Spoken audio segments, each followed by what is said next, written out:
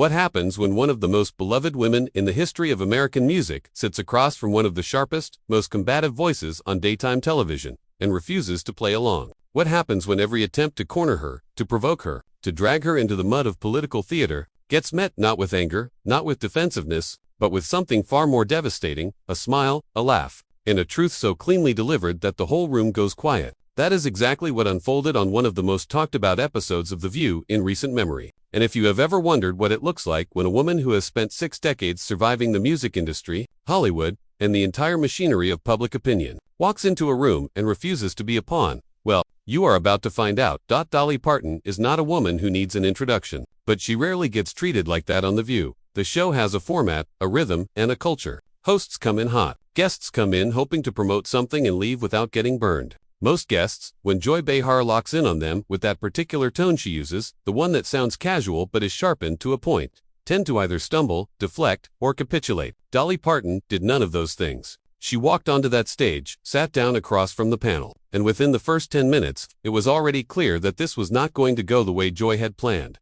The tension did not start with a bang. It built slowly, the way pressure builds behind a dam. The opening of the interview was cordial enough, the kind of surface-level warmth that daytime television runs on. There were compliments traded, a little laughter, the hosts leaning in with the performance of enthusiasm that live studio audiences expect. Dolly played along, as she always does, because Dolly Parton is not naive. She understands exactly what these rooms are and what they want from her. She has been in them long enough to know the difference between a genuine conversation and a setup, and she could see, from the moment Joy opened her mouth with that first loaded question, that this was going to be the latter. Joy Behar looked at Dolly and said, with that particular brand of confidence that comes from years of being the loudest voice in a room, "Dolly, let's be honest, you have always managed to stay out of politics, and a lot of people find that frustrating. Do you think that silence is its own kind of statement?" The question landed in the room like a stone dropped into still water, because it was not really a question, it was a frame. It was an invitation to either agree that her silence was cowardice, or defend herself in a way that would force her to take a side. Either answer, in the hands of a less skilled person, would have given Joy exactly what she wanted, which was a moment, a headline, a clip. Dolly let the question sit for just a beat, not long enough to seem uncomfortable, just long enough to let everyone in the room feel the weight of it. Then she smiled, not the performative smile she uses for applause breaks, but a quieter, more deliberate one, and she said, "Well, Joy, I think a lot of people find a lot of things frustrating. That does not mean they are right about what is frustrating them." The audience responded immediately. There was a ripple of laughter, then something closer to applause, and Joy, to her credit, did not flinch. She pivoted. She said, "But do you not feel a responsibility? Given the platform you have, given how many people love you across the political spectrum, to use that voice for something bigger than music?" And here is where Dolly did something that Joy clearly did not expect. She did not get defensive. She did not cite her charity work or her literacy program or any of the many things she could have pointed to as evidence of her impact beyond entertainment. Instead, she looked at Joy with complete composure and said, "I think the question you are really asking me is why I will not say what you want me to say. And I think the honest answer is that what I have to say does not belong to you, Joy. It belongs to the people who actually need to hear it." The studio went still. Not the uncomfortable stillness of a conversation gone wrong, but the specific stillness that follows when something true has been said out loud in a place where truth is not always welcome. Whoopi Goldberg, seated at the other end of the table, let out a low sound that fell somewhere between a laugh and a murmur of acknowledgement. Sarah N. leaned back slightly. Joy held her expression steady, but anyone watching closely could see the recalibration happening behind her eyes. She tried a different angle. She said, "So you are saying the people who love you do not need to hear your political opinions? Because I think a lot of them would disagree with that. I think a lot of them would love to know where Dolly Parton really stands." Dolly nodded, patient as a person who has had this conversation 1,000 times and understood it 1,000 different ways. She said, "I am sure some would, and some would love to find out that I disagreed with them so they could stop loving me. And that, right there, Joy, is exactly why I do not do it. Not because I am scared, because I am not interested in being the reason somebody loses the one thing in their life that just made them feel good." Joy leaned forward. The energy at the table had shifted. This was no longer a warm daytime interview. This was a debate, and both women knew it, and the audience knew it. And the tension in the room was the kind that makes great television because it is completely real. Joy said, "That is a beautiful answer. It really is, but is it not also a little convenient? Because staying neutral means you never have to risk anything. You never have to put anything on the line." And Dolly Parton looked at Joy Behar with an expression that carried decades of weight in it. And she said, "Honey, I have been putting things on the line since before you knew my name." The audience erupted, not politely, fully, the kind of response that catches even a live studio crowd off guard because it is louder than they expect it to be. Joy smiled, but it was tighter now. The smile of someone who has just been outmaneuvered and is deciding whether to acknowledge it or double down. She chose to double down. Fair enough, she said, but let me ask you this. You have spoken about equality. You have supported causes that align with a very specific worldview, and yet you refuse to name it. Is that not having it both ways? Dolly did not hesitate. She said, having it both ways would be telling you what you want to hear while thinking something different. What I do is think for myself and keep it to myself. That is not having it both ways. That is called having boundaries, and I would have thought a woman like you would respect that. The room went off again. Joy's co-hosts exchanged glances. Whoopi was openly smiling now, and Joy Behar, one of the most seasoned verbal sparrers in daytime television, was sitting across from a woman in rhinestones who had just handed her back every single thing she tried to throw, and made it look effortless. The applause had barely settled when Joy Behar regrouped. That is the thing about Joy. She is not someone who walks away from a moment easily, and the audience response had not softened her approach. It had sharpened it. There is a particular kind of determination that comes from a seasoned television host who feels the interview slipping out of her control, and Joy wore it plainly now. Leaning forward with the posture of someone who has decided that pleasantries are finished, she said, Dolly, I want to come back to something, because I think we are dancing around it and I would rather just say it plainly. You have a massive following in communities that hold very different values. Some of those communities hold values that actively harm other people. And when someone with your level of influence stays quiet, that quiet gets filled in. People assume your silence means agreement. So whether you intend it or not, your silence is doing something. Do you take any responsibility for that? It was a more sophisticated trap than the earlier ones, because it was not asking Dolly to take a side politically. It was asking her to take moral responsibility for how other people interpreted her silence. It was, in its way, a more personal attack, disguised as a principled question. And the entire panel leaned in slightly, waiting. Dolly took a breath. Not a theatrical one. The kind a person takes when they are about to say something they have thought about for a long time and are choosing their words with care. She said, Joy, I have spent my entire life being told that my silence means one thing or another. When I was a young woman from the mountains, people assumed my silence about where I came from meant I was ashamed of it. I was not. When I did not speak out about certain things in the 80s and 90s, people assumed I did not care. I cared deeply. The problem is not my silence. The problem is that people want to outsource their sense of direction to somebody famous. And when that famous person will not cooperate, they get angry. That is not my responsibility to fix, Joy said, but you just described a pattern of silence, and you are framing it as a virtue. Do you not think that is just a little bit so? Dolly smiled again. Steady, unhurried, she said, everything a person says in their own defense sounds self-serving to someone who has already decided they are guilty. I know what I have done with my life, Joy. I know the communities I have built, and the people I have held up, and the work that does not make headlines, because it was never about headlines. So no, I do not think it is self-serving to point that out when somebody is sitting across from me implying that I have been complicit in harm by minding my own business. Sarah N., who had been quiet for most of the exchange, gently interjected, saying something about how she thought Dolly's point about people seeking direction from celebrities was interesting, and that maybe the issue was less about Dolly specifically and more about a broader cultural expectation placed on public figures. It was a measured, diplomatic entry into the conversation, the kind meant to soften the temperature slightly. But Joy was not interested in a temperature reduction. She acknowledged Sarah briefly, then turned back to Dolly and said, I hear that. But Dolly is not just any celebrity. Dolly is an institution, and institutions have weight. So let me ask you directly, without any framing around it. Do you believe that all people deserve equal rights regardless of who they love? The room tensed in a different way now, because this was the question beneath all the other questions, stripped of its wrapping, and the audience felt it. The silence before Dolly answered was the loudest silence of the entire interview. Dolly looked at Joy and said, without any hesitation at all, I believe every soul on this earth deserves to be loved and treated with dignity. I have believed that my whole life, and I have lived it my whole life. And I will tell you something else. The people in my life who needed to know where I stood have always known. I did not need a television program to prove it. Joy said, that is a careful answer. Dolly said, it is an honest answer, and in my experience, when someone calls an honest answer careful, what they really mean is that it did not go far enough for them personally. And that is fine. Joy, you are entitled to want more, but you do not get to tell me what enough looks like when it comes to how I have lived my life.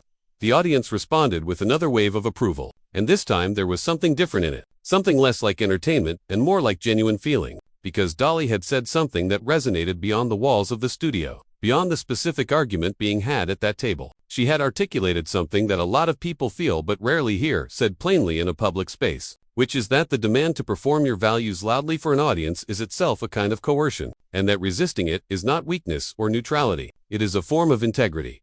Joy sat back slightly, not in defeat, but in the particular posture of someone recalibrating their strategy in real time. She said, "Okay, let me shift gears because I think we could go around on this all day, and I suspect neither of us would move." There was a laugh from the panel, a brief collective exhale. "I want to talk about the music industry, because you have spent 60 years in it and you have watched it change dramatically. There are a lot of young women coming up in that industry right now who are being asked to be very vocal, very political, very outspoken, as part of their brand, almost. What do you say to them?" It was a smart pivot, because it allowed Joy to continue pressing the same underlying argument, which was that silence from powerful women is a problem, while framing it as a question about advice rather than an accusation. Dolly recognized it immediately, and the slight tilt of her head suggested she found it mildly amusing. She said, "I say to them what I would have wanted someone to say to me when I was starting out, which is, figure out who you are before you let the industry tell you who to be, because the industry will always want something from you. It will want your image, your voice, your opinions, your body, your story, and if you do not know where you end and the product begins, you will lose yourself before you even get started. Whether that means being vocal or being private, that is a personal decision, and nobody should be making it for you, not a label, not a manager, and not a talk show host." The last 4 words landed like a period at the end of a very long sentence. The panel reacted. Whoopi laughed outright. Sarah pressed her lips together in the way people do when they are trying not to smile too broadly. And Joy Behar looked at Dolly Parton with an expression that had in it, for the first time in the interview, something that looked almost like genuine admiration, complicated admiration, the kind you feel for someone who has just beaten you at your own game. She said, "Did you just come for me on my own show?" And Dolly said, perfectly calm, perfectly warm, with that voice that has been making people feel at home for half a century, "Joy, I did not come for you. I came for the conversation. You are the one who kept pointing at yourself." The studio broke. Not a polite wave of laughter, but the full, uncontrolled kind that happens when something genuinely funny has also landed as genuinely true. Even Joy laughed, and it was a real laugh, not a television laugh, the kind that catches a person off guard because the joke was good enough to bypass the professional instinct to stay composed. But the interview was not over. And Joy, still laughing, shook her head and said, okay, Dolly, I will give you that one." She paused, and then the laughter faded from her face, and she said, in a quieter, more deliberate tone, "But I do have one more thing I want to ask you. And I want you to know, this one is not a trap. This one is genuine." Dolly met her eyes and said, "Go ahead." And Joy said, "Do you ever get tired of being Dolly Parton?" The question shifted the entire atmosphere of the conversation, because it was different from everything that had come before it. It was not political. It was not a debate point or a setup. It was something human underneath all the sparring, a real question asked by one woman to another, and the room felt it.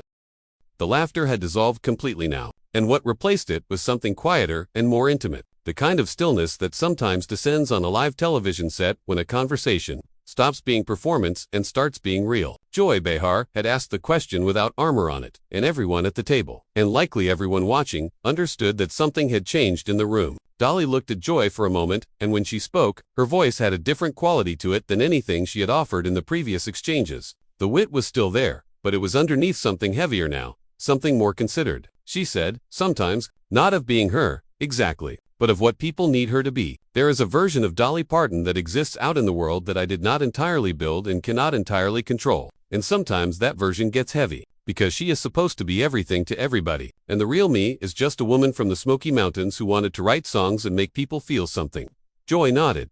Slowly she said, "And does the real you ever get to come out?" Dolly said, "She is out right now. That is what you have been talking to this whole time. People just do not always recognize her because she does not look the way they expect authenticity to look. They think because I wear the rhinestones and I keep the smile that there is something fake underneath it. But the rhinestones are mine. The smile is mine. And everything I have said to you today is mine. I have not performed a single word of it," Joy said. "I believe you." And the way she said it was plain and unadorned, without any of the rhetorical texture that had characterized most of her previous contributions to the conversation. It was simply an acknowledgement, woman to woman, that she had been in the presence of something she had not entirely expected. There was a beat of quiet. Then Joy said, "I want to go back to something you said earlier, because I have been sitting with it and I think it is worth pulling on. You said the people in your life who needed to know where you stood have always known. I thought that was interesting, because it implies there are people in your life whose knowledge of your values mattered to you more than any public statement. Can you talk about that?" Dolly said, "That is the whole thing, Joy. That is the whole thing right there. We live in a time where people believe that if it did not happen publicly, it did not happen at all. If you did not post about it, if you did not say it in an interview, if you did not march somewhere with a sign, then it does not count. But I have had conversations in living rooms and in parking lots and on tour buses and backstage in venues in towns that nobody has ever heard of, with people who were hurting and who needed someone to look them in the eye and tell them they were worth something. And those conversations happened. They happened and they mattered and they changed things for real people. And none of them were filmed. Joy said, but the argument would be that one public statement from you reaches millions, versus a conversation in a parking lot that reaches one. Dolly said, and I would say to that the one in the parking lot did not need millions. She needed one. And I was the one who was there. She paused. There is an arrogance in the idea that scale is the only measure of impact. And I say that with respect, because I understand where it comes from. I understand that there are injustices in this world that need loud voices and big platforms, and I am not saying those voices are wrong. I am saying that my voice has its own shape, and forcing it into a different shape does not make it louder. It just makes it unrecognizable. Joy leaned forward again, but differently this time, not with the pointed energy of someone looking for an opening, but with the focused attention of someone genuinely trying to understand. She said, do you think people will ever stop asking you to be something different than what you are? Dolly said, no, and I stopped waiting for that a long time ago. You know what I realized? The asking never stops. People will always want more from you than you are giving them. That is just human nature. The question is not whether they will stop asking. The question is whether you have enough of yourself built up on the inside that the asking does not hollow you out. And I do. I built that. I built it deliberately, over a very long time, and nobody handed it to me.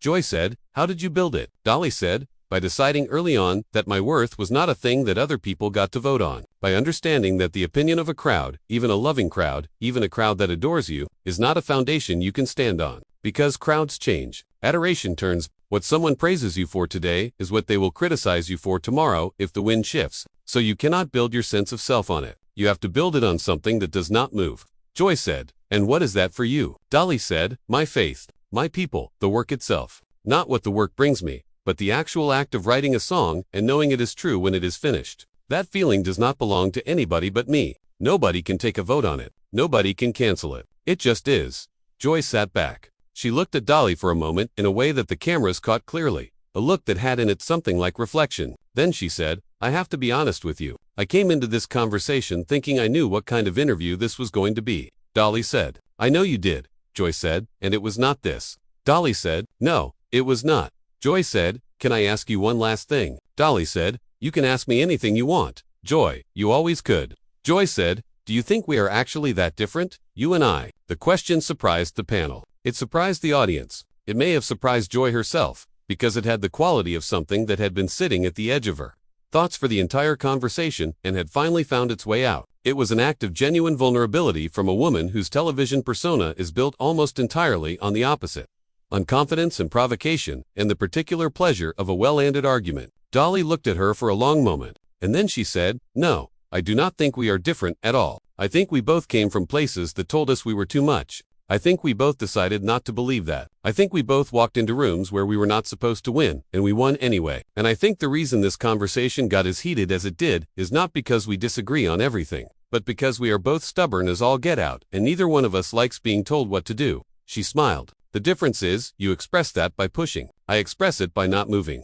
Joy laughed. A full, genuine, unguarded laugh. She said, that might be the most accurate thing anyone has ever said to me on this show. Dolly said, well, I have had some time to study you. The audience was on their feet before the applause sign had even processed what was happening, because what they had just witnessed was not the confrontation that the beginning of the interview had promised. It was something rarer and more valuable than that. It was two strong women who had come at each other from completely different directions, pushing and parrying and refusing to yield, and who had somehow, by the end of it, arrived at something that looked a lot like mutual respect, not agreement, not softness, not the performance of unity that television often manufactures in the final minutes of a heated segment. Something realer and harder one than that. Joy Behar looked out at the audience, then back at Dolly, and said, with a smile that had none of its earlier edge, Dolly Parton, everybody. And Dolly Parton, who had walked into that studio knowing exactly who she was and walked out the same way, gave a small nod to the crowd, the way a person does when they are grateful but not surprised, and settled back in her chair with the particular ease of someone who had never been in any danger of losing herself in the first place. That is what it looks like when you are so grounded in who you are that no room, no host, No camera, no crowd, and no question can shake you loose from it. That is what Dolly Parton showed the world that day, not by being louder than Joy Behar, but by being more rooted. And in the end, that is the only argument that ever really wins. If this video hit different for you, make sure you subscribe so you never miss a story like this one. And I want to know what you think. Drop it in the comments below. Do you think Dolly Parton was right to keep her political opinions private, or do you think someone with her level of influence has a responsibility to speak out? Let me know where you stand.